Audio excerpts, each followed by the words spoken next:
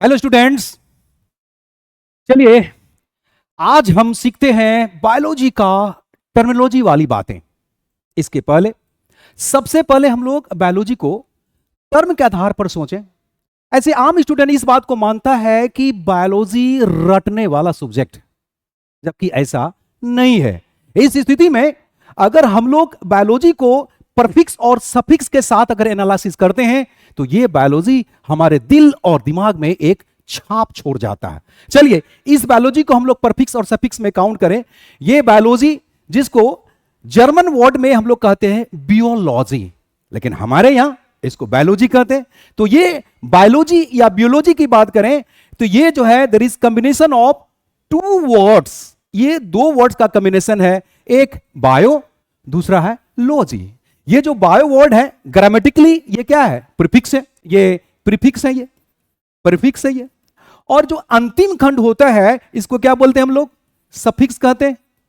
यानी कि बायोलॉजी को हमने दो वर्ड में तोड़ दिया।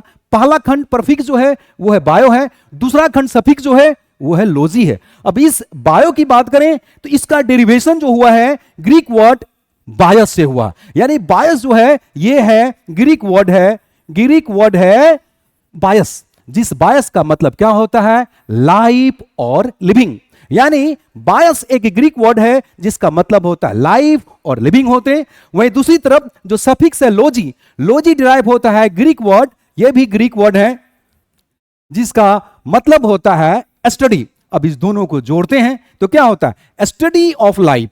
यानी लाइफ का विस्तृत अध्ययन करना ही बायोलॉजी कहते हैं। यानी कि बायोलॉजी को टर्म के आधार पर भी हम लोग देखें तो साफ स्पष्ट हो जाता है, it is the science which deals with study of life और लिविंग। लेकिन यहां पर एक बात बच्चों में हमेशा काउंट करता है कि सर लाइफ या लिविंग किसको कहते हैं? फिर लाइफ और लिविंग, जिस बायोलॉजी में आप लिविंग का स्टडी करते हैं उस लाइफ को हम टर्म के साथ बताना चाह रहे हैं। चलिए यहां देखते हैं हम लोग लिविंग के बारे में। ये लिविंग है, ये लिविंग है। तो लिविंग को हम लोग लिटरली कैसे याद रखेंगे? लिविंग को लिटरली याद रखने का तरीका क्या है, दिमाग में कैसे सेट करेंगे? तो जैसे वर्ड में लिव है, लिव प्लस ING, ये लिव डिराइव होता है लाइफ से। लाइफ का मतलब क्या होता है? टू स्टे, यानी रहना। और ING तो सबको पता होगा कि ये वर्ब का रूप है। यानी किसी वर्ड के साथ अगर हम ING लगाते हैं तो वह एक कंटिन्यूटी को बताता है। यहां इस तरह से अगर हम लोग बात करें तो ये जो ING है इसका मतलब होता है कंटिन्यूटी। यानी दोनों को अगर हम लोग जोड़ते हैं कि नेचर के वे प्रोडक्ट जो कि इस पृथ्वी पर कंटिन्यूअस वे में जो होता रहता है, क्योंकि ये लाइफ का मतलब होता है टू स्टे। स्टे का मतलब क्या? रहना। तो वे सभी नेचर के प्रोडक्ट जो कंटिन्यूअस वे में इस नेचर में रहता है by producing there young ones, that is called life. तो लाइफ का मतलब होता है कि नेचर के वे प्रोडक्ट जो अपनी कंटिन्यूटी को बरकरार करता है by producing the young ones, that is called life. और इस लाइफ के स्टडी को हम लोग क्या बोलते हैं? बायोलॉजी कहते हैं। अब सवाल आता है कि दुनिया में जितने भी नाम है, हमारा नाम, तुम्हारा नाम, उसका नाम, सारे नाम कोई ना कोई पहली बार दिया है। तो जाहिर सी बात है कि ये बायोलॉजी वर्ड किसने दिया? तो बायोलॉजी वर्ड जो होता है ये वर्ड सबसे पहले 1802 में दो साइंटिस्ट यानी जीन बैप्टिस्ट लेमार्क और ट्रिवेनस, जीन बैप्टिस्ट लेमार्क और ट्रिवेनस नाम का वैज्ञानिक पहली बार बायोलॉजी शब्द को दिया। लेकिन इस बायोलॉजी का फादर बनने का सौभाग्य ना तो लेमार्क को बना ना तो ट्रिवेनस को बना। तो बायोलॉजी का फादर हम लोग किसको बोलते हैं? एरिस्टोटल को कहते हैं।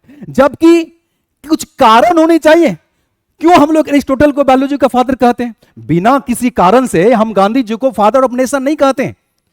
गांधी जी को बोलते हैं फादर ऑफ नेशन।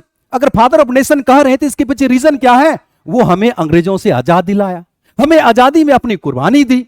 यानी इन सारी उपलब्धियों के कारण जो होता है गांधी जी को कहा जाता है फादर ऑफ नेशन। ठीक उसी तरह से अगर एरिस्टोटल को फादर ऑफ बायोलॉजी कहते हैं तो इसके पीछे रीजन दो हैं।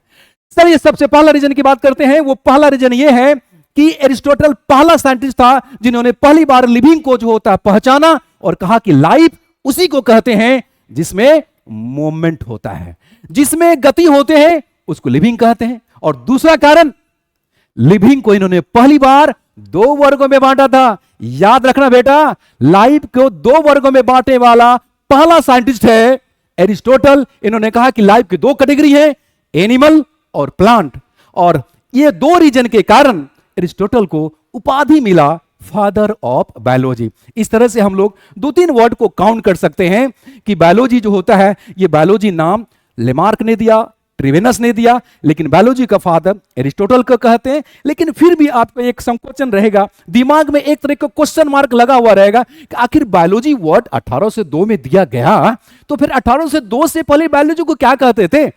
तो 1802 के पहले बायोलॉजी को किस नाम से जानते थे?